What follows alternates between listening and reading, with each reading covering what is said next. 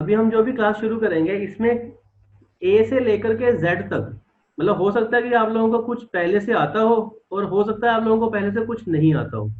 मैं ये मान के चलूंगा कि आप लोगों को पहले से कुछ भी नहीं आता, मैं उस हिसाब से चलूंगा। ठीक है। अभी आप ये समझो कि जब भी हमें अकाउंटिंग का काम शुरू करना है, एज एन अकाउंटेंट काम शुरू करना है, इनकम टैक्स की रिटर्न फाइलिंग का करना है, जीएसटी की रिटर्न फाइलिंग का करना है, और इसके रिलेटेड काफी सारे काम है, इंश्योरेंस का काम करना है, कुछ भी करना है, सबसे पहले हमें इसके बेसिक क्लियर होने चाहिए।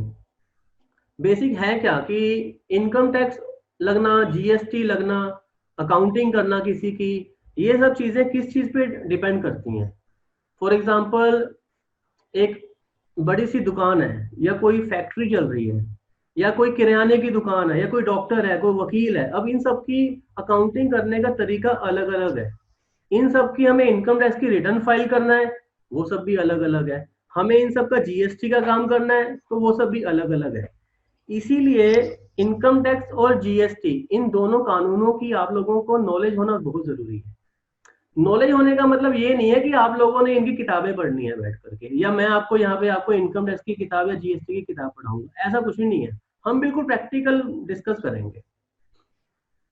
सिंपल, हम लोग एक मान लीजिए किराने की दुकान से लेकर के बड़ी बड़ी फैक्ट्रियों तक की चीजें डिस्कस कर जाएंगे कि उनकी अकाउंटिंग, उनका इनकम टैक्स रिटर्न, जीएसटी वगैरह कैसे फाइल होता है। एक किराने की दुकान है, वहां पे उसने 2 या 3 एम्प्लॉय रखे होते हैं, वो कैसे करता है। एक फैक्ट्री है जिसने हजारों की तादाद में एम्प्लॉय रखे होते हैं, वो कैसे करती है।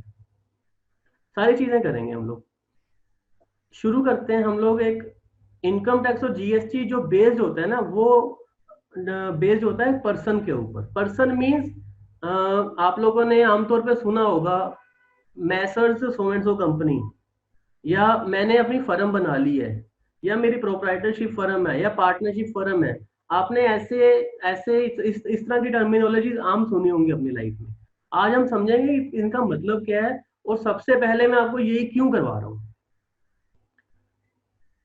सी, इनकम टैक्स और जीएसटी दोनों ही पर्सन के ऊपर बेस्ड है। इनकम टैक्स में 7 तरह के पर्सन होते हैं। आपको इस समय स्क्रीन दिख रही है। मैंने एक पीपीटी प्रेजेंटेशन बनाई है, उसमें आपको 7 तरह के पर्सन डिफाइन किए गए होंगे। आपको पीपीटी दिख रही है? अपना हैंड रेज कर दीजिए बस। ठीक है। अब मैं इसको आपके सामने पढ़ूंगा। What is the meaning of person in income tax law. Accounting, GST और income tax applies depending upon the type of person. और यहाँ पे दे रहा 7 type of person income tax law. सबसे अहम है पहले 3, इंडिविजुअल और प्रोप्राइटरशिप फर्म। इंडिविजुअल और प्रोप्राइटरशिप फर्म दोनों में कुछ डिफरेंस होता है। इसका डिफरेंस मालूम है? अपना हाथ रेस करो अगर किसी को मालूम है। आप लोगों को मैं एक बात क्लियर कर दूं कि ये हमारा जो टोटल कोर्स जाएगा उसमें हम लोगों ने नो डाउट टैली को भी टच करेंगे, हम लोग एक्सेल को भी टच करेंगे, लेकिन हमारा मेन फोकस होगा काम सीखने के प्रति। टैली या एक्सेल ये कोई बड़ी तोप नहीं है, ये सिर्फ एक सॉफ्टवेयर है। एक कंपनी में या एक अकाउंटिंग करने के लिए इस समय मार्केट में एन नंबर ऑफ सॉफ्टवेयर है। डजेंट मीन कि हमें बस टैली सीख लिया तो अकाउंटिंग आ गई, या हमें अगर टैली नहीं आती है तो हम अकाउंटेंट नहीं बन सकते हैं, ऐसा कुछ नहीं है। और टैली में भी हमें कोई महारत हासिल नहीं करनी है, हमें कुछ बेसिक चीजें सीखनी है जिससे बड़े आराम से आप अकाउंटिंग का काम शुरू कर सकते हो। अब ये समझ के चलो भाई साहब, अकाउंटिंग का काम अगर आपको एज एन अकाउंटेंट करना है, कहीं पे नौकरी नहीं करनी, आपकी मात्र 50,000 रुपए की इन्वेस्टमेंट है टोटल, अगर आपको अकाउंटिंग का काम शुरू करना है। और ये मैं कोई थ्रेटिकल नहीं बोल रहा, पूरा प्रैक्टिकल बोल रहा हूँ। आप चाहे बड़े शहर में बैठे हो, आप चाहे छोटे शहर में बैठे हो, 50,000 रुपये आपको चाहिए जिससे आप अपना अकाउंटिंग का काम चालू कर सकते हो। फर्क सिर्फ इतना है कि आपको काम करना आना चाहिए, और आपके पास एक सर्कल हो, आप अपने सर्कल को यूज कर सके, अपने बारे में लोगों को बता सके कि मैं ये काम करता हूँ। लेकिन आप ये काम तभी कर सकते हो लोगों को बताने का कि हाँ भैया, लाओ तुम्हारी इनकम टैक्स रिटर्न मैं भर देता हूँ, लाओ भैया तुम्हारी फर्म मैं रजिस्टर करवा देता हूँ, लाओ तुम्हारा जीएसटी का सारा काम आज से मैं संभालता हूँ। ये काम तब पॉसिबल है जब आपको ये काम आता होगा। ओके, तो हमने बेसिकली यहाँ पे यही सीखना है कि ये काम करने कैसे हैं, और उसके बाद हम लोग इस पे भी आएंगे कि हम अपनी फर्म खोलने के बाद कैसे मार्केटिंग करें, कैसे अपने लोगों के बीच में जाएं, अपने सर्कल में बताएं कि भैया मैं ये काम करता हूँ, आप लोग अब से ये काम मुझसे करवाना शुरू करो। इनकम टैक्स रिटर्न फाइलिंग, अभी आप समझेंगे, अभी हम लोग जून में एंटर कर रहे हैं, आज 2 जून है, और इस बार इनकम टैक्स रिटर्न फाइलिंग की लास्ट डेट है 30 नवंबर। जून से लेकर के नवंबर तक पूरे 6 महीने बैठते हैं, 6 महीने में अब सिर्फ रिटर्न फाइलिंग का काम होगा, पूरे हिंदुस्तान भर में रिटर्न फाइलिंग का काम होता है। और आप मानेंगे नहीं कि ऐसे ऐसे लोग ये काम करते हैं। एक मिनट यार, ऐसे ऐसे लोगों को मैं जब से प्रैक्टिस में आया हूँ, मैंने ऐसे ऐसे लोगों को काम करते हुए देखा है जिनको ABCD नहीं आती है। उन लोगों ने क्या करना है जी, बस फलाने बंदे की दो चार डॉक्यूमेंट पकड़े, आगे किसी CA को या अपने किसी और कंसल्टेंट को पकड़ा दिए, सामने वाले से 1000 रुपये पकड़ लिया, आगे आगे अपने कंसल्टेंट को 500 रुपये दे दिए, 500 रुपये अपनी जेब में रख लिए, कुछ नहीं करते, यहाँ से डॉक्यूमेंट पकड़े, वहां डॉक्यूमेंट दे दिए, अपना बीच में कमीशन खा ली। इस तरह से भी वो लोग हजारों रुपए कमा रहे हैं, मैंने ऐसे लोग तक देखे हैं। तो आप लोग तो सब ये समझो कि आप लोग तो खुद आप लोग काम करने बैठोगे तो आप लोग कितना नहीं अर्न कर सकते। दूसरा, इस प्रोफेशन की सबसे एक अच्छी बात ये है कि समाज में ना एक अच्छे अकाउंटेंट की, जिसको एक एवरेज नॉलेज भी है, उसकी एक अच्छी खासी इमेज है, एक अच्छी खासी उसको एक रिस्पेक्ट मिलती है। लोग किसी भी प्रॉब्लम में आते हैं ना, आकर के अपने अकाउंटेंट से पूछते हैं कि भाई साहब ये कैसे करना है, वो कैसे। ठीक है। सो अब मैंने स्लाइड आगे कर दी है। इसमें हम लोग ये समझेंगे कि इंडिविजुअल सोल प्रोप्राइटरशिप और ये लोग पार्टनरशिप फर्म से ये लोग अलग हैं कैसे। कोई भी आप लोगों के पास, मान लीजिए आपने अकाउंटिंग का काम शुरू कर दिया, आके बोलता है जी मेरा अकाउंटिंग का काम आप कर लो, या बोलते हैं जी आप मेरी ना ITR फाइल कर दो, या बोलता है जी मेरा GST का काम कर दो। पहला सवाल क्या होगा, क्या बोलेंगे, क्या पूछेंगे, क्या करेंगे। फिलहाल तो ऑलमोस्ट ब्लैंक है, समझिए, या किसी को हो सकता है थोड़ा बहुत कुछ मालूम हो। पहला सवाल हमारा ये होगा कि भाई साहब आपका बिजनेस क्या है। आपकी किराने की दुकान है, आपकी जूतों की फैक्ट्री है, आप नौकरी करते हैं, करते क्या है बेसिकली। कुछ तो आपको बताएगा वो, हम इसमें पढ़ते हैं, पहले मैंने लिखा क्या है। Individual is a common man, women और अ सीनियर सिटीजन। हम इंडिविजुअल एक शब्द यूज करते हैं, हमें इंडिविजुअल को समझना, आप लोगों ने शायद अपनी लाइफ में सुना होगा या कुछ लोग इसको जानते भी होंगे। इंडिविजुअल से मतलब क्या है। रिटर्न फाइलिंग में हमने देखा जो सबसे पहला पर्सन है वो है इंडिविजुअल प्रोप्राइटरशिप। इंडिविजुअल होते कौन है, इंडिविजुअल होते हैं एक कोई भी आम, एक मेल हो सकता है, एक फीमेल हो सकती है, कोई बुजुर्ग हो सकता है, कोई छोटा बच्चा हो सकता है, एक कोई भी एक पर्सन, हम उसको इंडिविजुअल बोल देते हैं। प्रोप्राइटरशिप फर्म है, किसी ने हमारे नॉर्मली करियाने की दुकान खोल ली है, एक मेडिसिन की कोई केमिस्ट की शॉप है जी, केमिस्ट की शॉप में अब किसी ने एक अपना केमिस्ट का लाइसेंस लिया, अपनी शॉप ओपन कर ली। अब वो अकेला काम कर रहा है, काम तो अकेला कर रहा है, कभी उसका बाप आके बैठ जाता है, कभी उसका भाई आके बैठ जाता है, कभी उसकी बीवी आके बैठ जाती है। अब वो क्या चीज है, वो दुकान तो लेकिन एक ही आदमी के नाम पे है। मान लीजिए सुनील जी क्योंकि ने अपना केमिस्ट का काम शुरू किया, ड्रग का लाइसेंस लिया, ओपन कर ली, कभी इनकी वाइफ बैठ जाती है, कभी इनके बच्चे बैठ जाते हैं, कभी इनके पिताजी बैठ जाते हैं, लेकिन सुनील जी के नाम से वो फर्म चल रही है। जो सुनील जी का जो पैन नंबर है ना, वो ही इस कंपनी का ओनर है बेसिकली। तो इंडिविजुअल और प्रोप्राइटरशिप फर्म में कोई फर्क नहीं है। जब इनकी इनकम टैक्स की रिटर्न जाएगी, मान लीजिए सुनील जी ने अपनी केमिस्ट शॉप का नाम रखा सुनील केमिस्ट या फिर सुनील एंड कंपनी, तो ऐसा नहीं है कि सुनील एंड कंपनी अलग से रिटर्न फाइल करेगा और सुनील जी अपनी रिटर्न अलग से फाइल करेंगे। जो सुनील जी की इनकम टैक्स की रिटर्न होगी ना, वही इनकी केमिस्ट शॉप की रिटर्न हो जाएगी। जो सुनील जी का पैन नंबर होगा वही उनकी केमिस्ट शॉप का पैन नंबर होगा, अलग अलग पैन नहीं होता है। प्रोप्राइटरशिप फर्म का अलग से किसी भी तरह का कोई रजिस्ट्रेशन नहीं होता है। कई लोगों को ये दुविधा रहती है कि यार मैंने ना अपनी फर्म रजिस्टर करानी है, तो भैया जो है ही सिंगल, जो प्रोप्राइटर है, अकेला है, वो क्या रजिस्ट्रेशन करवाएगा। हमारे ना इनकम टैक्स में ना कहीं पे भी ऐसी कोई प्रावधान ही नहीं है कि प्रोप्राइटर जाके ही अपनी फर्म को रजिस्टर करवाए। कुछ एक रजिस्ट्रेशन होती हैं, वो हम आगे डिस्कस करेंगे, लेकिन प्रोप्राइटरशिप फर्म बंदे के पैदा होते ही बन जाती है, उसको कोई रजिस्ट्रेशन करवाने की जरूरत नहीं होती। ओके, तो एक इंडिविजुअल या प्रोप्राइटरशिप फर्म में कोई एक पैसे का भी डिफरेंस नहीं होता। हम इसको पढ़ते हैं। A person doing job, earning salary, pension, income, he always be an individual. कोई भी, मैंने बताया कि सिंगल पर्सन जो होता है वो हमेशा इंडिविजुअल ही होता है। जैसे any single person doing any business और profession will also called as an individual, like a doctor running a clinic, तो वो इंडिविजुअल है और प्रोप्राइटर है।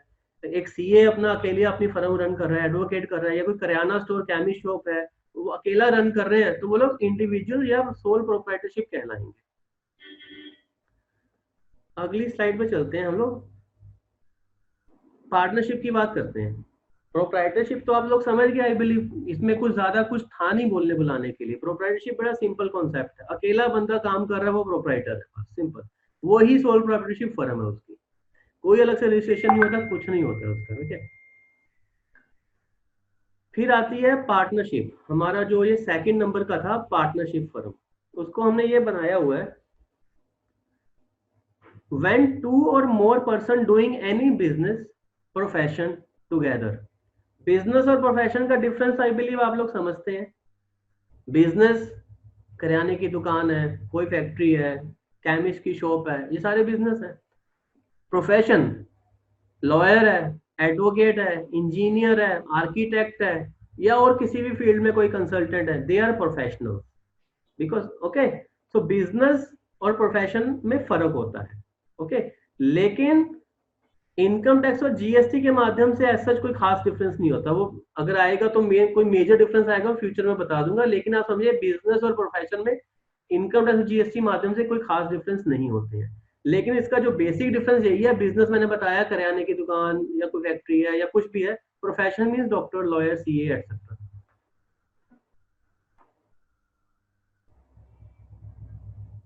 When two or more person doing any business profession together, then they have to open a partnership firm। Partnership firm में basically ये सबको पता ही होता है कि ऑफ कोर्स पार्टनरशिप फर्म में भैया कोई ना कोई तो आपस में मिलकर काम करेंगे तो पार्टनरशिप बनेगी। तो ये सिंपल लिखा हुआ है, टू फ्रेंड्स और two brothers jointly open a kirana shop in which both are partner, then that kirana store will be called as a partnership firm। Partnership firm का कई बार लोगों को ना ये दुविधा भी रहती है कि यार दो दोस्त आपस में काम करेंगे तो पार्टनरशिप है, तो दो भाई अगर आपस में काम कर रहे हैं तो वो क्या पार्टनरशिप है? वो तो कोई फैमिली बिजनेस नहीं हो जाएगा? ऐसा कुछ नहीं होता है। दो भाई भी आपस में मिलकर पार्टनरशिप कर सकते हैं, बाप बेटा आपस में पार्टनरशिप कर सकते हैं, कोई भी कर सकता है। इसमें रिलेशन, ब्लड रिलेशन, ये चीजें बिल्कुल मैटर नहीं करती। आप चाहे दोस्त हो कि आप भाई बहन हो कि आप कुछ भी हो, आप पार्टनर बन सकते हो, इसमें कोई प्रॉब्लम नहीं है। ये बेसिक बिल्कुल मतलब जैसे बोलते हैं ना, अंदर तक जाके जो चीजें आती हैं, कई बार प्रैक्टिकली डिफिकल्टी आती है, लोगों के ऐसे सवाल आ जाते हैं, तो आप लोगों को उस वे में जाके मैं बता दूं। पार्टनरशिप फर्म्स कितने तरह की होती हैं? अक्सर बोला जाता है ना मेरी फर्म रजिस्टर करा दो, तो जो पार्टनरशिप फर्म होती है ना वो रजिस्टर होती है। हम डिस्कस करते हैं type of partnership firms. Partnership firm एक होती है रजिस्टर्ड पार्टनरशिप फर्म्स, एक होती है अनरजिस्टर्ड पार्टनरशिप फर्म्स। हम रजिस्टर्ड पार्टनरशिप फर्म आगे करते हैं, पहले मैं अनरजिस्टर्ड पार्टनरशिप फर्म बता देता हूँ क्या होती है। दो बंदों ने बोला कि चले यार एक करियाना स्टोर ओपन करते हैं, एक मल्टी स्टोर ओपन करते हैं। आपसी सहमति है, पुराने जानकार हैं, आपसे में जानते हैं एक दूसरे को।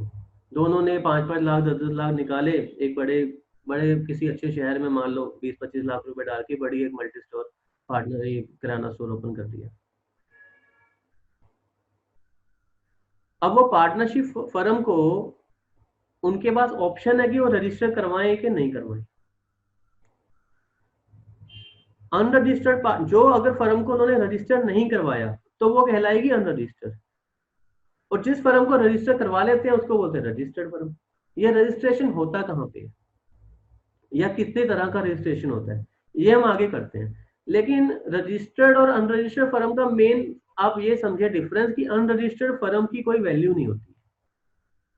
कोई आपके पास आया एज एन अकाउंटिंग प्रोफेशनल, कोई आपको आके पूछेगा यार ये हम दोनों मिलके आपस में ये काम करना चाहते हैं पार्टनरशिप में, तो हम क्या करें, हम इसको रजिस्टर करवाएं कि नहीं करवाएं?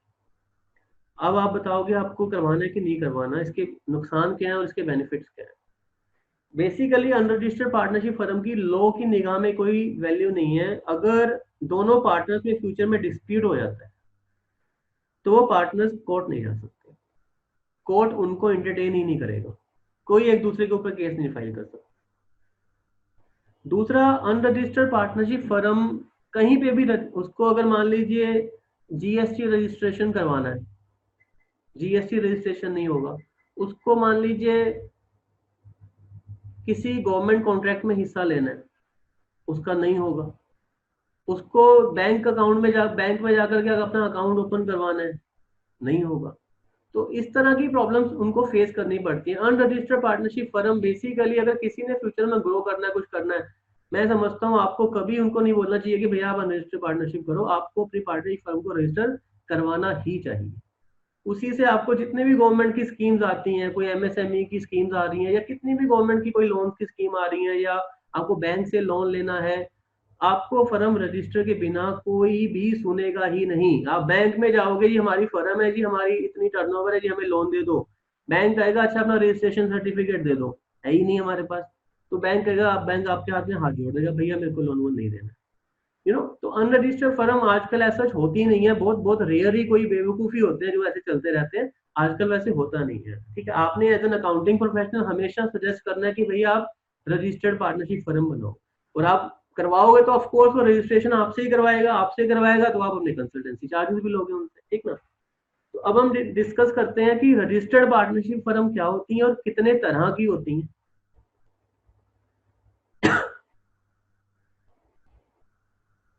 ये देख रहे हैं आप, मैंने ये स्लाइड में बनाया है कि रजिस्टर्ड पार्टनरशिप फर्म एक है लिमिटेड लाइबिलिटी पार्टनरशिप फर्म, एक है partnership firm registered bye registrar of firm and society. LLP सुना है किसी ने? अपना हाथ रेज करिए। जिसने नहीं सुना वो अपना हाथ रेज कर दो। अच्छा, इनाम ने सुना है। अच्छा, सुनील जी ने एलएलपी के बारे में कुछ नहीं सुना? सुनील जी गर्दन हिला दीजिए ऐसे। नहीं सुना? ठीक है। देखिए, पार्टनरशिप फर्म रजिस्टर्ड होती हैं, दो तरह की रजिस्ट्रेशन होती है आज की डेट में।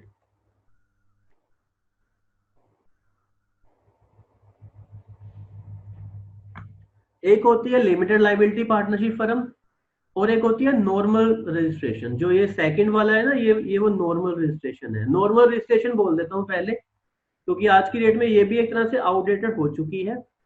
ये फर्म क्या है? ये फर्म एंड रजिस्ट्रार का ऑफिस होता है। जैसे तकरीबन डिस्ट्रिक्ट लेवल पे होता है ये। जैसे एक स्टेट में मुझे लगता है 20-25 होंगे। ये बहुत पुराना सिस्टम है, यहाँ पे मैनुअल तरीके से होती है। उन्होंने मैनुअल रजिस्टर रखे होते हैं। आप अपने वो सभी पार्टनर्स की डिटेल वगैरह बनाएंगे, उसके कोई फॉर्म 1 वगैरह होते हैं, वो हम फॉर्म 1 कुछ डिस्कस नहीं करेंगे, क्योंकि आपने ये काम करना ही नहीं है। जस्ट आपकी इन्फॉर्मेशन के लिए बता रहा हूँ कि ये काम सारा मैनुअल होता है। कुछ फॉर्म्स होते हैं, वो फॉर्म भरे, आधार लगाए पार्टनर के, पैन लगाए, पार्टनरशिप डीड बनवाई, सब में अटैच करके उसमें उनकी 500-1000 जो भी फीस साथ में लगाई। जा करके वहां पे बाबू लोग बैठे होते हैं, वो बूढ़े से 50-50 साल के, उन लोगों को जाकर के अपने वो डॉक्यूमेंट दे दिए, फिर उनकी जी हजूरी करी, उनको रिश्वतें ऑफर करी। उसके बाद हफ्ते 10 दिन में वो फर्म जो है रजिस्टर्ड हो जाती है, आपको रजिस्ट्रेशन सर्टिफिकेट आपके हाथ में आ जाता है। ठीक है, इसमें तकरीबन आप समझो कि 5-7 हजार का खर्चा हो जाता है। क्लाइंट से हम लोग 10,000, 12,000, 15,000 जो भी इतनी फीस चार्ज कर देते होते हैं। लेकिन आजकल ये बिल्कुल भी सजेस्टेड नहीं है, मैं बिल्कुल भी नहीं करता हूँ ये काम। दूसरी तरह की फर्म होती है रजिस्टर्ड, उसको बोलते हैं limited liability partnership firm, LLP. LLP के नाम से ये फेमस है। आपने शायद कभी किसी फर्म के नाम के पीछे एलएलपी जुड़ा हुआ सुना हो, फलाना एंड फलाना कंपनी एलएलपी। जैसे हम देखते हैं ना, प्राइवेट लिमिटेड होता है ABC and company private limited, वैसे ही चलता है एबीसी एंड कंपनी एलएलपी। ऐसे पीछे नाम लगाना जरूरी है किसी भी एलएलपी के ऊपर। एलएलपी की फुल फॉर्म है limited liability partnership firm. Limited liability partnership firm से मतलब ये होता है कि जो पार्टनर्स हैं, एक मिनट, जो भी पार्टनर्स हैं उनकी लाइबिलिटी लिमिटेड हो जाती है। अगर हमने अपनी पार्टनरशिप, जैसे मान लीजिए मैंने एक कोल्ड स्टोर लगाया। कोल्ड स्टोर समझते हैं सारे आई थिंक। मैंने एक कोल्ड स्टोर लगाया, कोल्ड स्टोर में मैंने 3 पार्टनर्स हैं, हम लोगों ने मिलकर सबने 20-20 लाख डाले, 60 लाख रुपए हमारा खर्चा, प्लांट मशीनरी किराया वर्किंग कैपिटल सब डाल के 60 लाख का हमने इन्वेस्टमेंट कर दिया। इन्वेस्टमेंट करने के बाद हमारा वो धंधा नहीं चला किसी वजह से, 6 महीने साल हमने कोशिश की, धंधा हमारे सिर पे 60 लाख लगाया था, ऊपर से हमारे सिर पे 1 करोड़ की लाइबिलिटी खड़ी होगी, लेनदारी खड़ी होगी, बैंक के लोन हमसे चुकता नहीं हुआ, हमारे सिर पे खड़े हो गए 1 करोड़। अब वो 1 करोड़ रुपया पे कहां से होगा? जो पार्टनरशिप फर्म है वो तो दिवालिया हो गई, उसमें तो पैसे बचे ही नहीं है। जो 60 लाख लगाए थे खत्म, किसी की तनख्वाहें दे दी, किराए दे दिए, खर्चे हो गए। अब 1 करोड़ की लाइबिलिटी है, मान लो बैंक को लोन देना है या और हमने अपनी देनदारियां देनी है, वो 1 करोड़ कौन पे करेगा? क्या तीनों पार्टनर पे करेंगे? नहीं।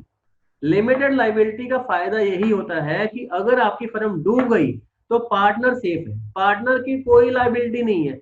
जब तक तो पार्टनरशिप फर्म के ना अकाउंट में पैसा पड़ा है, तब तो जो पैसा पड़ा है उसको बेच बाच के 1 करोड़ दे दो।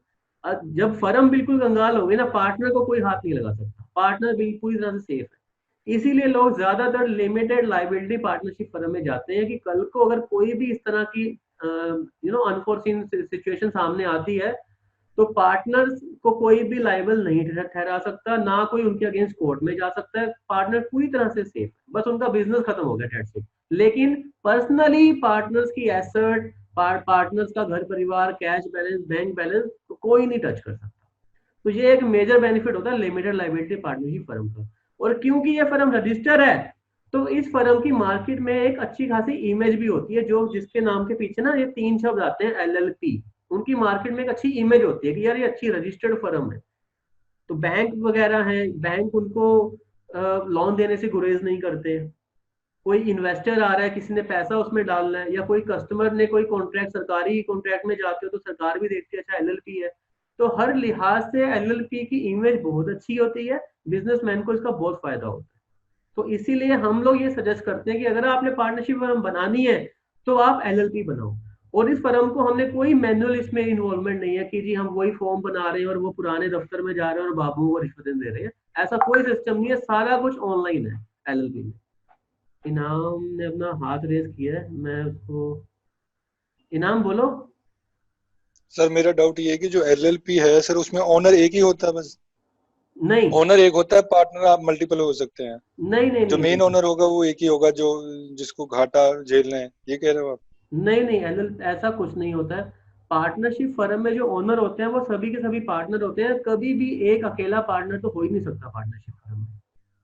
चाहे वो LLP है, चाहे वो जो नॉर्मल रजिस्ट्रेशन के थ्रू से हम पार्टनरशिप फर्म बनाएंगे ना बाबू वाली, जितने पार्टनर हैं सभी के सभी उसमें ओनर होते हैं। ओनर और पार्टनर में एक पैसे का अंतर नहीं होता।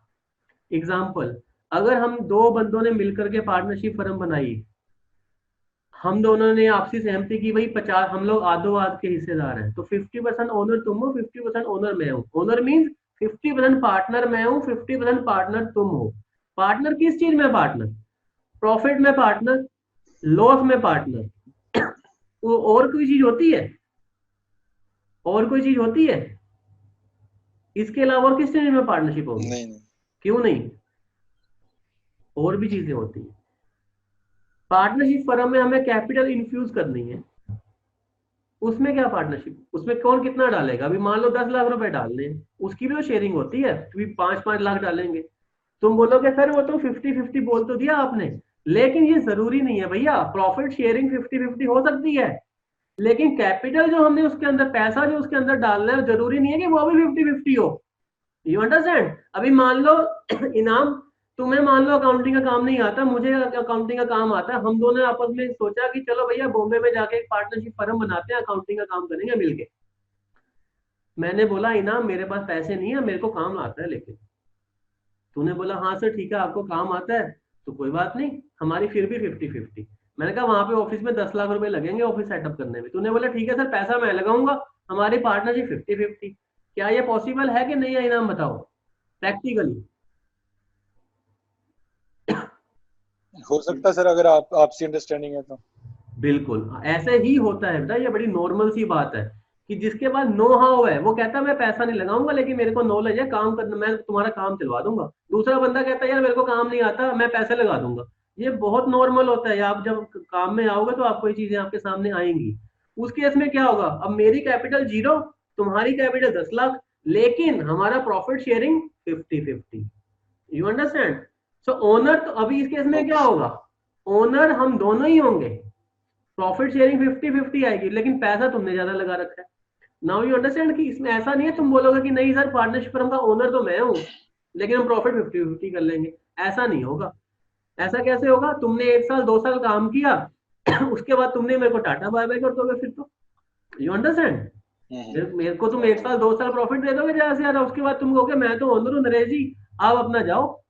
तो मैं नरेश जी भी बेवकूफ तो नहीं है, वो कहेगा नहीं जी मेरे को तो 50-50% की मालिकाना चाहिए, तो ही काम शुरू करूंगा डे वन से मैं। You understand? तो पार्टनरशिप फर्म जी में ओनर और पार्टनर्स में कोई फर्क नहीं होता। हाँ इतना जरूर है कि हम लोग 10 पैसे 90 पैसे कर सकते हैं, हम लोग 50 पैसे 50 पैसे 60 पैसे 40 पैसे, ये आपसी सहमति जो भी पार्टनर्स की होगी उसके मुताबिक होगा। जी। नहीं जरूरत नहीं। तो सर मेरा बेसिकली जो डाउट था ना वो ये था कि इन केस अगर कंपनी दिवालिया हो जाती है, तो आप एक बार बता रहे थे ना कि एलएलपी का बेनिफिट ये है कि पार्टनर को कोई कुछ कह नहीं सकता। हाँ तो इन केस कंपनी दिवालिया होगी तो जो घाटा है, तो घाटा कैसे डिवाइड होगा सर? जो अगर हम 50-50 के पार्टनर हैं तो 50-50 घाटा बिल्कुल बिल्कुल, split करेंगे। देखो जो हमारी प्रॉफिट शेयरिंग रेशियो है वो 50-50 है, तो लॉस शेयरिंग रेशियो भी 50-50 हो गई ना। अगर हमें नुकसान हुआ है तो वो भी 50-50 हो। ओके लेकिन सर। कैपिटल हम लोग बराबर डालें ऐसा कोई जरूरी नहीं होता। आपने कैपिटल ठीक डाली है 10 लाख, मैंने कैपिटल डाली 0, तो हमारी जो पार्टनरशिप अकाउंट की बैलेंस शीट बनेगी ना, उस बैलेंस शीट में हमारी टोटल कैपिटल दिखेगी 10 जी। लाख रुपए, टोटल पूंजी दिखेगी 10 लाख रुपए। किसका नाम दिख रहा होगा? इनाम का नाम दिख रहा होगा 10 लाख। नरेश के नाम से कैपिटल कितनी दिख रही होगी? 0 दिख रही होगी। ठीक है, लेकिन प्रॉफिट शेयरिंग में मेरा हिस्सा तो 50-50 का पूरा जी। होगा। एक साल में मान लो हमने 10 लाख रुपए डालने के बाद हमने आगे 5 लाख कमाए, मुनाफा हमें 5 लाख का हो, तो 2.5 लाख रुपए मैं लूंगा, 2.5 लाख रुपए तुम लोगे। ठीक है ना? जी। जी। और इसको पार्टनरशिप को आगे जाके चेंज भी कर सकते हैं, जैसे आज मैं 50-50 का हूँ तो कल को मैं चेंज कर सकता हूँ उसको, बिल्कुल या लाइफ बिल्कुल। टाइम वही वही रहती है? नहीं नहीं नहीं, देखो हमें ना एक चीज को बड़े अच्छे से समझना, ये बेसिक चीज है, पूरी उम्र के लिए इसको समझ लेना, हर लॉ के ऊपर समझ लेना। हम लोग हिंदुस्तान के ना आजाद नागरिक हैं, हमारा जो मन करेगा ना हम वो करेंगे, और हम वो कर सकते हैं। ऐसा नहीं है कि हमने एक फर्म बना ली शुरू में 50-50 की, अब मैं सारी उम्र इसको चेंज नहीं कर सकता। How is it possible? Situations हर रोज चेंज होती हैं। आज मेरा अरेंजमेंट अग्रीमेंट तुम्हारे पास ये है, कल को सिचुएशन चेंज हो गई है, मेरे को पार्टनरशिप फर्म से चले जाना है, मैं रिजाइन कर दूंगा, कोई नया पार्टनर आ जाएगा। मेरे को 50% नहीं, तुम बोलते हो कि नहीं यार काम में तो मैं तो इस बिजनेस में मेरा ज्यादा कंट्रीब्यूशन है, मेरे को 70 मिलना चाहिए, तुम 30 लो। आपसी सहमति बनी, मैंने कहा चल ठीक है यार तू मेरे को 30 कर दे। हमारी ये सारी आपसी सहमति की बात है, बाकी सारी चीजें तो सिर्फ मेयर मेयर कागजी कार्रवाई है, that's it। सारी चीजें पॉसिबल है, ये सब अलाउ है, लीगली अलाउड है, लेकिन इसकी एक परिक्रिया है, वो परिक्रिया करना जरूरी है। ऐसे नहीं कि हमने पार्टनरशिप बनाई, उसमें 50-50% किया, बाद में हमने आपस में 70-30 कर लिया। अगर कर लिया 70-30, तो हमें बकायदा जहां इस फर्म को रजिस्टर करवाया गया है जिस डिपार्टमेंट में, उस डिपार्टमेंट में हमें चेंज पार्टनरशिप डीड भेजनी पड़ेगी कि भैया आज से हमारे पार्टनरशिप के टर्म्स एंड कंडीशन ये है। जब पार्टनरशिप फर्म रजिस्टर होती है ना, तो उसका एक मेन डॉक्यूमेंट होता है पार्टनरशिप डीड या पार्टनरशिप एग्रीमेंट। ये सबसे मेन इंपॉर्टेंट डॉक्यूमेंट होता है, इसके बिना पार्टनरशिप फर्म रजिस्टर नहीं हो सकती। पार्टनरशिप एग्रीमेंट के अंदर 50 तरह की टर्म्स एंड कंडीशन लिखी होती हैं, शर्तें लिखी होती है कि भैया ये सैलरी होगी, ये इतना रेशियो होगा, ये इतना पैसा डालेगा, 100 तरह की चीजें होती हैं। अगर किसी भी शर्त में किसी भी तरह का चेंज आता है, हम उस पर डीड को रिवाइज कर सकते हैं, कभी भी कर सकते हैं। आज करो, 1 साल बाद करो, 10 साल बाद करो। कोई नया पार्टनर लेके आना है तो नया पार्टनर भी आएगा, पुराने पार्टनर ने जाना है वो जा सकता है, कोई प्रॉब्लम नहीं है, सब कुछ अलाउड है। बस एक हर एक चीज का प्रोसीजर होता है। ठीक, आगे चले। जी सर जी। ओके, अब दो बंदे आए आपके पास, दोनों आपस में अच्छे यार दोस्त हैं, एक दूसरे पे भरोसा है उनको, किराने की दुकान ओपन करना चाह रहे हैं, मान लो बड़ी बड़ी, ठीक है ना। किराने की दुकान जब मैं बोलता हूँ तो ऐसे मत समझना कि वो छोटी एक वो टॉफियों दुकान, टॉफियों वाली दुकान है, एक अच्छी multi store type of kirana store. Okay, आपके पास आए एज एन अकाउंटिंग प्रोफेशनल, आपको पूछा यार हमको ना काम शुरू करना है एक साथ, हमारा लगेगा 20-25 लाख लगेगा शुरू में, हमें करना तो पार्टनरशिप में ही है, लेकिन जरूरी नहीं है कि हम कागजों में भी पार्टनर बने, हम किसी एक के नाम पे भी कर लेंगे, कैसे करें हम लोग अकेले के नाम पे करें कि पार्टनर बने, आप हमें बताओ हमें कैसे जाना चाहिए। लेकिन हमने काम पार्टनरशिप में ही करना है, मतलब आप कागजों में जो मर्जी करो, लेकिन हम लोग एक दूसरे के पार्टनर हैं, ये हमारी आपसी अंडरस्टैंडिंग है, ठीक है ना। अब ये तो उन्होंने बता दिया कि उनकी इच्छा क्या है। अब कागजों में काम कैसे होगा, लीगली कैसे करना है, वो तो आप ही बताओगे, उनको कुछ आता पता नहीं है, ठीक है। और वो काम डे 1 से पक्का काम होना चाहिए। अब आप क्या करोगे, आप कैसे ये डिसाइड करोगे और क्या चीज उनको बेनिफिट देगी कि आपको प्रोप्राइटरशिप फर्म ही खोलना चाहिए या आपको पार्टनरशिप फर्म खोल करके अपना किराना स्टोर चालू करना चाहिए, क्या करोगे? कोई आइडिया है? थोड़ा बहुत आइडिया है? आइडिया नहीं है तो हाथ रेज कर दो। चलो 2 हाथ रेज आ गए, अच्छा 3 हाथ रेज आ गए, चौथा बंदे का भी कैमरा ही नहीं आ रहा है, 2 बंदे हमारे साथ जुड़े नहीं है, खैर ओके, कोई आइडिया नहीं है। ये बहुत ही सिंपल सा है, इसमें कोई कठिनाई नहीं है। जब हम इसको क्लियर अभी 10 मिनट बात कर लेंगे ना, उसके बाद आई थिंक तुम लोग क्लियर हो जाओगे। प्रोप्राइटरशिप और पार्टनरशिप का डिफरेंस तो मालूम है, आई एम श्योर, जो अभी हमने डिस्कस कर लिया। देखो सबसे पहले तो हमें ये देखना है इनकम टैक्स का किसको बेनिफिट होगा। प्रोप्राइटरशिप में इनकम टैक्स कितना जाएगा, पार्टनरशिप में इनकम टैक्स कितना जाएगा, प्रोप्राइटरशिप में जीएसटी कितना जाएगा, पार्टनरशिप में जीएसटी कितना जाएगा। सारी चीजें पैसों से जुड़ी हुई हैं, ठीक है ना। क्लाइंट का जहां पैसों के संदर्भ में फायदा है, हमें उसका वो काम करवाना है। बाकी इमोशंस और बाकी उसका नाम क्या हो, ये सब चीजें साइड पे है। जहां हम उसके पैसे बचा जाएंगे ना, बस वहीं पे हम अच्छे कंसल्टेंट हैं। जीएसटी की मैंने बात की कि अगर प्रोप्राइटरशिप फर्म हो या पार्टनरशिप फर्म हो तो उसके जीएसटी पे कुछ फर्क पड़ेगा क्या? पहली बात ये क्लियर कर दूं, जीएसटी का प्रोप्राइटरशिप या पार्टनरशिप से ऐसा कोई फर्क नहीं पड़ेगा। रेट का कोई फर्क नहीं पड़ेगा। अगर आप प्रोप्राइटर बनकर के किराना स्टोर चलाओगे तो भी आपको जीएसटी उतना ही देना पड़ेगा, एक रुपए का फर्क नहीं होगा। अगर आप पार्टनरशिप फर्म बना करके किराना स्टोर बनाओगे तो भी जीएसटी उतना ही जाएगा, ठीक है। ये जीएसटी बीएसटी भी हम आने वाली क्लासों में बहुत डिटेल में डिस्कस करेंगे, डोंट वरी। बात आ जाती है इनकम टैक्स की। जीएसटी तो मैंने क्लियर कर दिया, कोई फर्क नहीं पड़ता, तो उसको साइड पे कर दो। बात आ जाती है इनकम टैक्स। पार्टनरशिप फर्म पे फ्लैट 30% इनकम टैक्स लगता है। एग्जांपल, एक पार्टनरशिप फर्म साल में 1 लाख रुपए कमाती है, नेट मुनाफा, नेट प्रॉफिट, तो इनकम टैक्स फ्लैट 30% 1 लाख के ऊपर लगेगा, 30,000 रुपए उनको देना पड़ेगा। अब आप अंदाजा लगा लो कि एक मल्टी स्टोर किराना स्टोर उसने खोलना है तो क्या वो 1 लाख रुपए कमाएगा एक साल? अंदाजा लगाओ, अगर 5,000 रुपए की भी वो रोज सेल कर रहा है, बहुत कम सेल पकड़ी है मैंने, सिर्फ 5,000, एक नॉर्मल सी किराना दुकान भी पकड़ ली, 10,000 की सेल पकड़ो रोज की। 10,000 की सेल रोज की मतलब 3 लाख रुपए महीने की, मतलब 36 लाख रुपए साल की। 36 लाख के हिसाब से अगर वो 20% का भी मार्जिन कर रहा है तो 7,20,000 का मुनाफा होगा। 7,20,000 के ऊपर 30% फ्लैट इनकम टैक्स, 2.25 लाख रुपए, मतलब 7.25 लाख रुपए दोनों ने कमाए साल भर में, और 2.25 लाख रुपए वो लोग टैक्स दे देंगे, पीछे उनको बचेगा 5 लाख रुपए। तो आई थिंक ये एक बड़ी अमाउंट है कि 7.25 लाख में से 2.25 लाख तो टैक्स दे दिया, पीछे बचा गया। ऑन द अदर हैंड, यही मान लो अगर वो प्रोप्राइटर होता तो 7.25 लाख के मुनाफे पे उसका टैक्स हार्डली बनता कोई 40-45 हजार रुपए, डेट्स इट। पार्टनरशिप फर्म में कितना बन रहा है? 2.25 लाख। प्रोप्राइटरशिप फर्म में बन रहा है 40-45 लाख, सॉरी 40-45 हजार। मींस एक बड़ा डिफरेंस है, तकरीबन 2.25 लाख रुपए से भी ज्यादा का डिफरेंस। तो हमें क्या सजेस्ट करना चाहिए उसको? Proprietorship firm. आपको क्लियर हो रही है चीजें? तो हमें, आप मेरी इस बात से आपको लग रहा है कि हमें तो यार फिर पार्टनरशिप फर्म बना के बेवकूफ है क्या? पार्टनरशिप फर्म किसी को भी नहीं बनाना चाहिए फिर। लेकिन पार्टनरशिप फर्म का मैंने आपको अभी भी एक बेनिफिट बताया था, एलएलपी का जो डिस्कस किया, बैंकों में इमेज, ये सारी बातें। अब हम दूसरी पॉइंट ऑफ व्यू से सोचते हैं, दो बंदों ने मिलके काम करना है, प्रोप्राइटरशिप पॉसिबल कैसे है? मेरे को बस ये समझा दो लीगली। दो बंदों ने, आप लोग दो आपस में कोई दोस्त से काम करते हो, 20 लाख रुपए लगा देते हो, आप प्रोप्राइटरशिप में काम ही कैसे करोगे? किसके पैन पे काम होगा?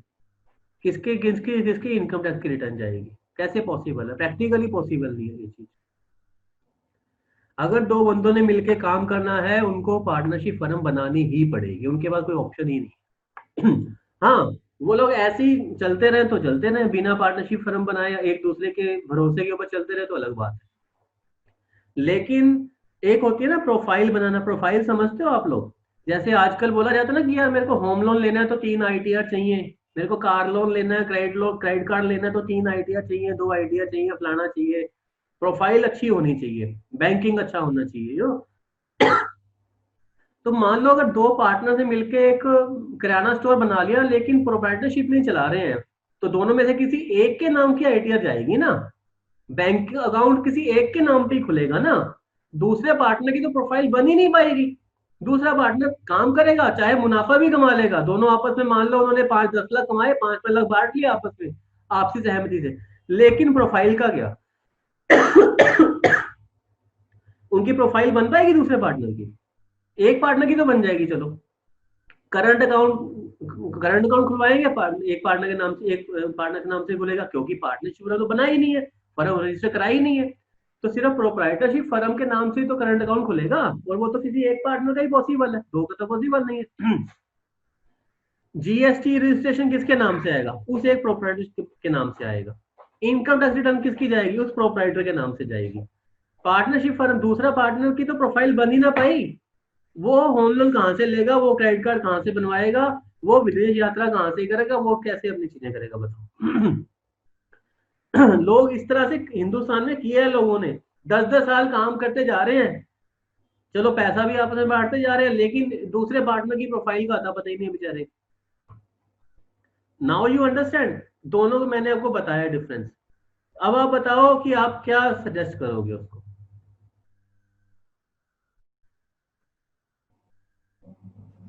पार्टनरशिप भी सजेस्ट करेंगे सर। पार्टनरशिप सजेस्ट करेंगे, ठीक है। वो जो भी सयाना बंदा होगा ना, वो पार्टनरशिप ही सजेस्ट करेगा, और सामने से जो जो आपके क्लाइंट होंगे वो भी पार्टनरशिप को ही अपनी हरी झंडी देंगे, चाहे उनको इनकम टैक्स ज्यादा देना पड़े, लेकिन वो पार्टनरशिप पे ही जाएंगे। हमें भी ये सजेस्ट करना चाहिए, उनको भी। नहीं तो दूसरा बंदा तो ऑलमोस्ट बर्बाद है आज की डेट में, अगर उसने कुछ किया ही नहीं है, ठीक है ना। टैक्स कैसे बचाना है पार्टनरशिप में, वो उसके बहुत तरीके होते हैं, वो हम उनको अलग से बता देंगे। जरूरी नहीं है कि 7,20,000 का हमारी, अगर 10,000 रोज की सेल हो रही है, 36 लाख साल की सेल हो रही है, और मैंने 7,20,000 कमाया तो 1.25 लाख टैक्स दे दूंगा, ये बात ठीक है। लेकिन इसको 1.25 लाख को मैं 15,000 रुपये कैसे लेके आऊं, वो हमें पता है ना। वो हम किस लिए बैठे हैं, हम करवाएंगे उनका, लेकिन हमें उनको करवानी पार्टनरशिप में ही है। अगर वो दोनों पार्टनरशिप में काम करना चाह रहे हैं, नहीं तो उनको बोलो भैया अलग अलग धंधा करो, तुम अपनी किराना की दुकान करो, तुम अपनी किराने की दुकान करो, एक साथ मत करो। अगर एक साथ करनी है तो पार्टनरशिप फर्म बना के करो। That's it.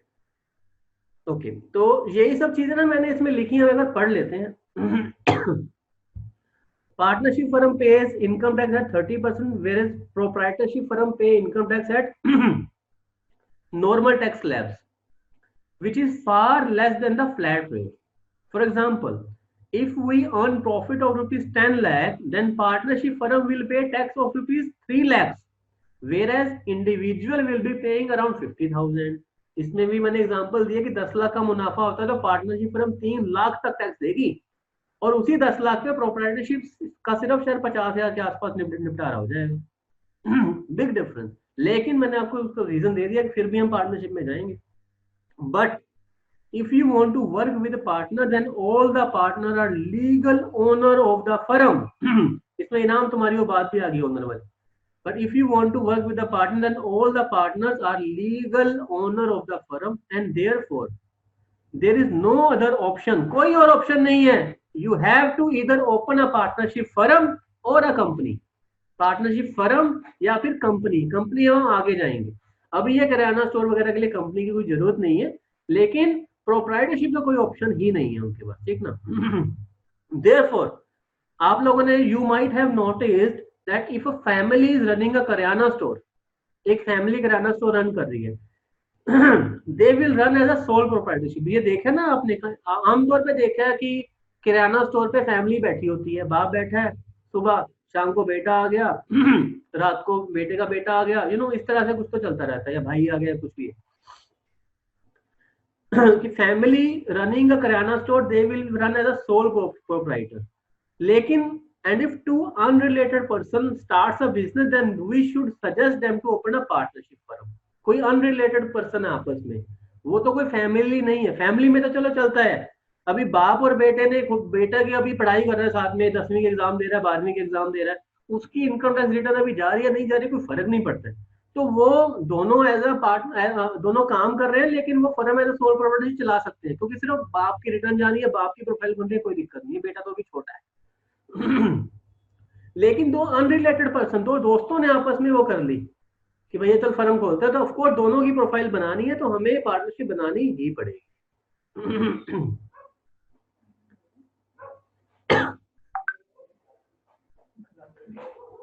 जो अभी मैंने सारी कहानी डिस्कस करी है ना, वो मैंने यहाँ पॉइंटों पे उतारी है, हम एक बार ना इन पॉइंट्स को गो थ्रू कर लेते हैं। पार्टनरशिप फर्म और प्रोप्राइटरशिप फर्म के जो डिफरेंसेस हैं,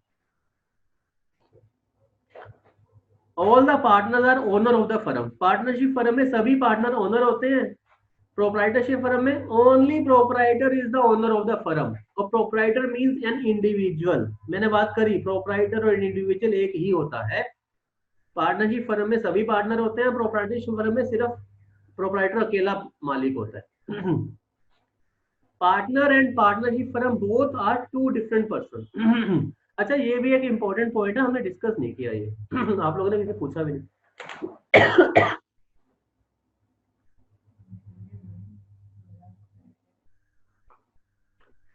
अच्छा, पार्टनरशिप फर्म और पार्टनर्स, ये दोनों अलग अलग होते हैं। इससे इसका क्या मतलब है? हाँ बोलो इनाम।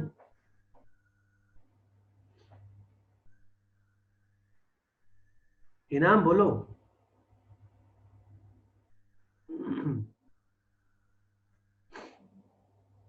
इसने वहां से म्यूट किया हुआ है।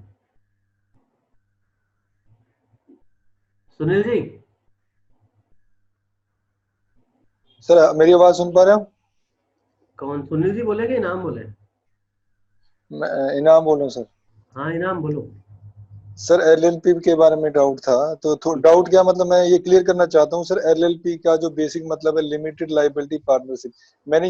मेरी समझ में ये आया है कि इसका लिमिटेड लायबिलिटी इसलिए इसका नाम है क्योंकि इसमें जो पार्टनर्स हैं वो उनकी लिमिटेड एसेट्स लगी हुई हैं उस चीज में, या वो लिमिटेड उनका लिमिट है कि इतने इतने का पार्टनर है, इतने % का पार्टनर है, तो इस वजह से इसका नाम एलएलपी है सर। नहीं नहीं, इस वजह से नहीं है, ये आपकी इंटरप्रिटेशन पूरी तरह से गलत है। इसमें एक पैसे की भी एक्यूरेसी या फिर करेक्टनेस नहीं है। लिमिटेड लायबिलिटी पार्टनरशिप फर्म से मतलब होता है, इसके शब्दों पे जाओ, इसके नाम पे ध्यान गौर करो। लिमिटेड लायबिलिटी यानी कि लिमिटेड लायबिलिटी है किसकी? किसकी? पार्टनर्स की। यानी कि पार्टनर की जो लायबिलिटी है उसको लिमिट कर दिया गया। अगर पार्टनरशिप फर्म इंसॉल्वेंट हो जाती है, बैंकरप्ट हो जाती है, दिवालिया हो जाती है, तो जो भी देनदारियां हैं बैंकों की, सप्लायर्स की, या सैलरियां पे करनी है एम्प्लॉयज के, जो भी देनदारियां हैं वो पार्टनर की पर्सनल एसेट से नहीं ली जाएंगी। पार्टनर्स की लायबिलिटी लिमिटेड है to the extent partnership firm, that's it. हम एक चीज डिस्कस कर रहे थे अभी, तीसरा पॉइंट, कि दूसरा point, partners and partnership firm both are different two person. इसी में ना आपका ये जवाब भी मैं दूंगा जो अभी आपका माइंड में चल रहा है। पहले मेरे को ये बताओ, पार्टनर और पार्टनरशिप फर्म दो अलग अलग पर्सन होते हैं कि एक ही होते हैं? ये बताओ, क्या इसमें आपको इसमें कुछ है क्लैरिटी? पार्टनरशिप फर्म और पार्टनर दोनों अलग अलग होते हैं। क्या इन दोनों का पैन नंबर एक ही होता है? क्या इनका जीएसटी एक ही होता है? क्या इनका बैंक अकाउंट एक अलग ही होता है? अलग अलग पार्टनर्स और पार्टनरशिप अलग अलग अलग अलग होते हैं। एक मिनट, देखिए, दो पार्टनर, मान लीजिए सुनील, मैं एक मिनट जरा अनम्यूट कर दूं, पहले आवाजें आ रही, म्यूट कर दूं। देखिए किसकी आवाज आ रही है? देखिए, मैंने और सुनील जी ने एक पार्टनरशिप फर्म खोली, पैन नंबर तो आप लोग सब समझते हो, आई एम श्योर। मेरा एक पैन नंबर होगा, सुनील जी का भी एक पैन नंबर होगा। तो हमारी जो पार्टनरशिप फर्म है वो भी एक अलग सेपरेट लीगल एंटिटी है, मतलब वो भी, उसका भी एक अलग तीसरा पैन नंबर होगा। जब हम पार्टनरशिप फर्म की इनकम टैक्स की रिटर्न फाइल करेंगे ना, उसके लिए हमें फर्म का पैन नंबर चाहिए। ना तो मेरे पैन नंबर से फर्म की रिटर्न जाएगी, ना ही सुनील जी के। मेरी रिटर्न अलग जाएगी, सुनील जी की रिटर्न अलग जाएगी, पार्टनरशिप फर्म की रिटर्न अलग जाएगी। फर्म का जो जीएसटी नंबर होगा ना, वो फर्म के पैन नंबर के ऊपर आएगा, जो तीसरा पैन नंबर जो फर्म का होगा। उसको अलग से, जो पैन कार्ड होता है ना, अलग से पैन कार्ड बन के आएगा फर्म का। ऐसे प्रैक्टिकली ऐसे ही होता है। जो मेरा अकाउंट है, मेरा बैंक अकाउंट है, वो अलग, सुनील जी का बैंक अकाउंट अलग, और जो फर्म का करंट अकाउंट होगा ना, वो अलग ही होगा। वो किसी भी बैंक में हो सकता है, सेम बैंक में भी हो सकता है, किसी भी बैंक में हो सकता है, लेकिन वो अलग होगा। ऐसा नहीं है कि पार्टनरशिप फर्म के जो पैसे आ रहे हैं या डेली सेल हो रही है किराने की, वो मैं अपने अकाउंट में डाल दूं या सुनील जी के अकाउंट में डाल दूं। वो मैं पार्टनरशिप फर्म का अलग अकाउंट खुलवाऊंगा, अलग अकाउंट में पैसा जाएगा। तो पार्टनर्स और पार्टनरशिप फर्म ये दोनों अलग अलग होते हैं, पहली बात तो हम ये समझेंगे, ठीक है। अब इनाम ने पूछा था, इनाम क्या पूछा था? अरे आवाज नहीं आ रही, रुक जाओ, अनम्यूट तो कर दो। अनम्यूट, हाँ बोलो। हाँ जी सर, जैसे ये एलएलपी है, तो मैं नॉन अकाउंट्स बैकग्राउंड का हूँ सर, मुझे इसका बेसिक मतलब समझना है कि लिमिटेड लाइबिलिटी से हम क्या, LLP stands for what? Limited मतलब लाइबिलिटी। लिमिटेड क्या है, लाइबिलिटी क्या चीज है, पार्टनरशिप? अच्छा, आप ये समझ गए कि पार्टनरशिप फर्म और पार्टनर अलग अलग होते हैं। जी जी, मेरे थोड़ा डाउट यही है ना कि जो, अगर वो नुकसान होता है तो कितना, फर्ज करो कि जो फर्म है उसके पास पैसे ही नहीं है, उसके पास देने के लिए कुछ है नहीं, तो पार्टनर कितना देगा बाद में? जो वो बैंक्स तो लेंगे ना अपना, जो बैंक से जो लोन ले रखा है या कुछ भी चीजें जो ले रखी है, तो वो तो पे करनी पड़ेगी ना वो पार्टनर्स को। वही मैं तो कहना चाह रहा हूँ कि वो नहीं करनी, पे करनी पड़ेगी पार्टनर। हमने, पार्टनरशिप फर्म ने अगर लोन लिया हुआ और जो फर्म है उसके फर्म ऑलरेडी करप्ट हो चुकी है, तो वो है, पार्टनर्स देंगे अपने पर्सनल अकाउंट में नहीं सीधे चाहे? देंगे जी, नहीं देंगे, बैंक नहीं तो देंगे, लेके रहेगा। नहीं लेके रहे, बैंक ले सकता ही नहीं है। नहीं तो फिर लिमिटेड लाइबिलिटी एक्ट का क्या रह गया? Limited liability okay. एक्ट 2006 में आया था हिंदुस्तान में, और उसके आने के पीछे यही कारण था। उससे पहले ना private limited company, private limited company का नाम तो सुना है ना आपने, प्राइवेट लिमिटेड सुना है? जी जी जी जी। तो वो, उसमें कंपनियों का यही कॉन्सेप्ट था कि कंपनी किसी ने खोली, उस कंपनी को नुकसान हो गया, कंपनी ने बैंकों के लोन देने हैं 10 करोड़, तो अब क्या उन जी कंपनी के जो शेयर होल्डर्स हैं, पैसा वहां से लिया जाएगा? नहीं। वैसे ही पार्टनरशिप फर्म में भी इस तरह की डिमांड आने लग गई कि जरूरी नहीं है कि हर बंदा कंपनी खोले, हम लोग पार्टनरशिप फर्म चला रहे हैं, हमारी भी लाइबिलिटी लिमिटेड करो। तो सरकार ने इसीलिए ये एक नया कानून लेके आई 2006 में। इस कानून का नाम है लिमिटेड लाइबिलिटी पार्टनरशिप एक्ट 2006। इस कानून के तहत पार्टनर्स की लाइबिलिटी को लिमिटेड कर दिया गया। लाइबिलिटी, देनदारियां, लाइबिलिटी का मतलब होता है देनदारियां, देनदारियों को लिमिटेड कर दिया गया कि भैया तुम्हारी लाइबिलिटी उतनी ही है जितना पार्टनरशिप फर्म में पैसा पड़ा है। Partnership okay. फर्म में पैसा खत्म, तुम्हारी लाइबिलिटी खत्म, सिंपल। तुम्हें अपनी पर्सनल एसेट नहीं देने हैं। मान लो पार्टनरशिप तो फर्म बनाई, पार्टनरशिप फर्म के नाम पे मैंने 2 गाड़ियां ले ली, पार्टनरशिप फर्म के नाम पे 2 गाड़ियां चल रही हैं हमारी, जी ठीक है, हमने कोई भी काम चल रहा है, 2 गाड़ियां है, ट्रक है, जो भी है।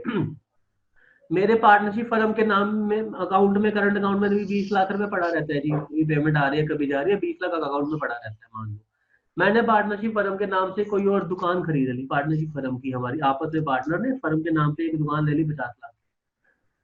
अब अचानक मान लो बिजनेस डाउन हो गया या सो प्रॉब्लम आ गई, फर्म डाउन आ गई, बिजनेस खत्म हो गया, बैंक का 2 करोड़ रुपया देना है, 2 करोड़। अब वो बैंक क्या करेगा? बैंक, आपके बैंक में जितना पैसा पड़ा है, 20 लाख पड़ा था फर्म के अकाउंट में, वो निकाल लेगा। बैंक आपकी दोनों गाड़ियां बेच देगा जो पार्टनरशिप फर्म के नाम पे बेच दी। बैंक आपकी वो दुकान बेच देगा जो आपने दुकान खरीदी है 50 लाख, बेच दी। अब सब बेच बचा के भी बैंक का मान लो 1 करोड़ रुपए अभी भी पेंडिंग है। अब बैंक क्या करेगा? आप बोलोगे जी आप ये पार्टनरशिप फर्म पड़ी है, आपने जो लेना है बेचना बेच दो। बैंक बोलेगा जी नहीं मैंने ये तो बेच दिया, मेरा 1 करोड़ और रह गया, लाओ जी लाओ, आप अपना घर बेचो, आप अपनी कार बेचो, आप अपना सोना बेचो, आप अपने बैंक को। नहीं, बैंक ऐसा नहीं कर सकता, लीगली अलाउड ही नहीं है, कर ही नहीं सकता। अंडरस्टैंड? तो आप पर्सनली सेफ हो गए ना। आपकी जो पर्सनल एसेट है आप उस पर तो कोई हाथ नहीं डाल सकता। इसका मतलब क्या हुआ? आपकी लाइबिलिटीज को लिमिटेड कर दिया गया। आपकी लाइबिलिटी सिर्फ पार्टनरशिप फर्म तक सीमित है, आपके पर्सनल आपके घर तक कोई नहीं आ सकता। ये इसका मेन मतलब है लिमिटेड लाइबिलिटी का। You understand? जी सर, फिर इसका थोड़ा बहुत गलत यूज भी होता होगा सर इन जनरल देखो, प्रैक्टिकली? ऐसा मेरे को ये बताओ कि कौन अपने बिजनेस को जानबूझ के डुबाता है इसका गलत यूज करने के लिए, मुझे ये बताओ पहले। अगर आप और मैं मिलकर के पार्टनरशिप फर्म बनाएंगे तो क्या हम लोग जी बस इस कानून का गलत यूज करने के लिए अपने बिजनेस को डुबा देंगे जानबूझ के कि हमने ना लोगों का पैसा नहीं देना, चल अपना बिजनेस डुबा देते? कोई करता है? कोई नहीं ऐसे करता। जिसका बिजनेस जी सचमुच जी में डूबता है वो इस कानून के माध्यम से अपने आप को और अपनी फैमिली को सेव कर लेता है, बस कि उसकी पर्सनली उसकी फैमिली पे कोई अटैक नहीं कर सकता। तो इसके लिए ये कानून लाया गया। जानबूझ जी के बेटा कौन करता है बताओ? कोई अपने चले चलाए बिजनेस को डुबोएगा ऐसे? जिसने करा है काम, कोई गलतियां कर दी हैं या कोई भी कारण से उसका बिजनेस डूब गया है, हम्म, तो बस फिर वो उसका बिजनेस तो चौपट हो ही गया ना। लेकिन एटलीस्ट वो प्राइवेटली या अपने पर्सनली सेव हो। ओके, फिर हम जी तीसरा पॉइंट है income tax returns of partner and partnership firm will go separately. Sunil ji I think कुछ पूछना चाह रहे हैं, बोलिए सर। आपने अपना अनम्यूट करिए सुनील जी अपने आप को, मैंने तो अनम्यूट किया हुआ है। हाँ बोलिए सर ये जो देनदारियां होगी फिर कौन देगा जी उसकी, सर। कोई भी नहीं, एलएलपी की? कोई भी नहीं दे रहा है सर, अपने खातों में काटा मार लेंगे। जो जिस बंदे ने उसमें पैसे लगाए हैं, किसी ने लगाया, मान लो ₹1,00,000 हमने किसी का देना है तो वो उसका डूब काटा गया। मार लेगा सर, काटा उसके बाद कोई ऑप्शन नहीं है, उसको काटा मारना पड़ेगा। ठीक नहीं है सर, ठीक फिर है। तो जो बैंक जा रही है रिसेशन में, जो एनपीए होता है फिर तो इस वजह से ही हो रहा होगा आधा तो। हाँ बिल्कुल, इस वजह से भी एनपीएस होते हैं, तो ऐसे ही तो एनपीएस होते हैं, और कैसे एनपीए होते हैं जब तो एनपीएस। मतलब सरकार भी नहीं देती बैंकों को फिर इस हिसाब नहीं से, नहीं क्योंकि नहीं सर, एक सरकार सरकार ने की रूल बनाया तो ना, सरकार। सर सरकार देने लग गई फिर तो रह ही क्या गया? सरकार नहीं देती। सरकार ये जरूर है, एलएलपी में ऐसा नहीं है, प्राइवेट लिमिटेड कंपनी में सरकार जरूर हेल्प करती है, लेकिन वो भी बहुत रेयर केसेस में ऐसे होता है कि कोई कंपनी डूब रही है बिल्कुल, तो कंपनी, आपने सुना होगा एयर इंडिया, एयर इंडिया के बारे में सुना है? हमेशा सरकार उसको आगे बचाती है, उसको कभी अपने मुलाजिमों के पास जी तनख्वाहें देने के लिए पैसा नहीं होता, कभी कुछ नहीं, तो सरकार आकर के उसको बचा जाती है, रिवाइव कर जाती है। अभी आप मानेंगे, एलएलपी में नहीं, प्राइवेट लिमिटेड कंपनी को हम थोड़ा डिस्कस करेंगे अभी आगे। उसमें अभी पीछे एक नया कानून आया है एनसीएलटी करके। उसमें क्या होता है कि जैसे प्राइवेट लिमिटेड कंपनी किसी ने खोली, उसने अपने आप को दिवालिया घोषित कर दिया, मान लो 2-3 साल के बाद, भैया मेरे पास देनदारियां देने के लिए पैसा नहीं है, मेरा बिजनेस ठप हो गया है, तो वो एनसीएलटी में चला जाता है। एनसीएलटी एक तरह से एक सरकारी डिपार्टमेंट है, आप ये समझ लो, मैं सीधी लैंग्वेज में बोलता हूँ। वहां पे जाकर के एनसीएलटी क्या करेगा, आपकी कंपनी के लिए ना कोई बायर ढूंढेगा कि कोई और बंदा जो आपकी कंपनी को खरीद ले, किसी भी दामों पे खरीद ले। तो कुछ अमाउंट पैसा मिलता है, 1 मिनट। तो कुछ अमाउंट पैसा मिलेगा, वो पैसा जो है उससे जो भी देनदारी है वो उसकी चुकता कर देंगे। या फिर एनसीएलटी क्या करता है, मान लो आपने किसी सप्लायर का 1 करोड़ देना है, एनसीएलटी सप्लायर को बुलाएगा, बोलेगा भैया 1 करोड़ नहीं, अपनी 20 लाख में सेटलमेंट करो, 10 लाख में सेटलमेंट करो। इस तरह की चीजें होती हैं। बस बाकी पैसा जो नहीं मिलता उस पर काटा मारना पड़ता है। ठीक है सुनील जी, क्लियर हो? तो फिर बैंक अपना पहले ही सब कुछ देख के देते होंगे सर, उनको भी पता है कि सर हमने इसीलिए अगर। इसीलिए आप आम तौर पे देखते होंगे कि बैंक लोन जो है यूं ही किसी को मुंह उठा के नहीं देता। 100 तरह की चीजें मांगता है, आपकी इनकम टैक्स की रिटर्न जी लेके आओ, गारंटर लेके आओ, आपकी बैंकिंग कैसी है, आपकी हर चीज को चेक करता है कि आप में वापस देने की क्षमताएं हैं या नहीं। क्योंकि अगर आप में वापस देने की क्षमताएं नहीं है तो बैंक को अपने पैसे पे काटा मारना पड़ेगा। ठीक है ना? क्या कर लेगा वो, क्या करेगा जब पैसे ही नहीं है देने को, तो बैंक काटा ही मारेगा, क्या करेगा? ठीक है जी, आगे चलते हैं। यहाँ पे pan of partner and partnership हमने बात की, income tax return of partner and partnership firm will go separately. ये पॉइंट क्लियर आई बिलीव सबको? Yes sir. Income tax return partners की अलग जाएगी और पार्टनरशिप फर्म की अलग जाएगी। इनकम टैक्स रिटर्न आप लोग समझते हैं होती क्या है?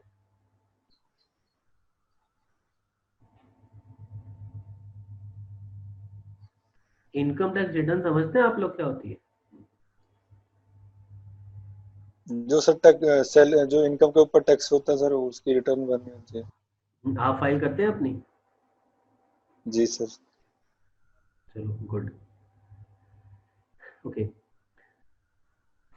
Pan of partner and partnership firm will always be separate. ये भी अब क्लियर है हमें, क्योंकि पार्टनर और पार्टनरशिप फर्म अलग अलग होते हैं, तो हमारा पैन अलग और हमारी फर्म का पैन नंबर अलग होगा। Bank account of partner and partnership firm will always be separate. ये भी हमें पॉइंट ऑफ क्लियर है अच्छे से। Income tax is charge flatly at 30% on a partnership firm, और जो प्रोप्राइटरशिप है income tax is charge according to the slab applicable on individual person. इसका मतलब समझ गए आप लोग? प्रोप्राइटरशिप फर्म पे income tax is charge according to the slab applicable on individual person. इसका मतलब समझते हैं आप लोग?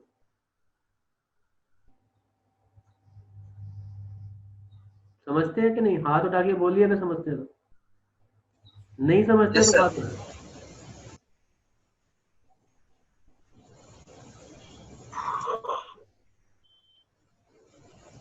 लास्ट वर्ड है GST of a partnership firm is applied on a pan of partnership firm.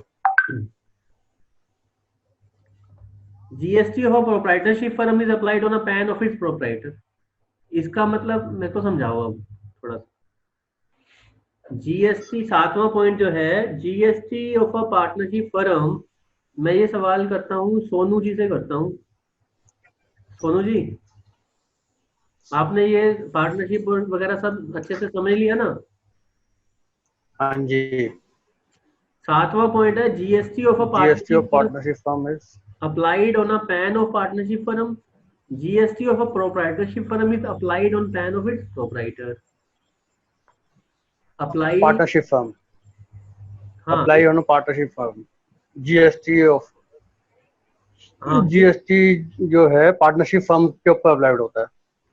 नहीं, जीएसटी तो दोनों भी अप्लाई होता है। मेरा कहने का मतलब ये है कि जब हम जीएसटी रजिस्ट्रेशन के लिए अप्लाई करते हैं डिपार्टमेंट में, जीएसटी डिपार्टमेंट में जब हम जीएसटी नंबर के लिए अप्लाई करते हैं, हाँ जी। तो पार्टनरशिप फर्म के केस में वो किसके पैन के ऊपर होगा? प्रोप्राइटरशिप फर्म में वो किसके पैन के ऊपर अप्लाई किया जाएगा? आपको ये तो पता है कि पहले मैं ये क्लियर कर दूं कि जीएसटी नंबर जो है वो जो पैन नंबर होता है ना, जीएसटी हमेशा पैन बेस्ड होता है। जीएसटी ठीक है।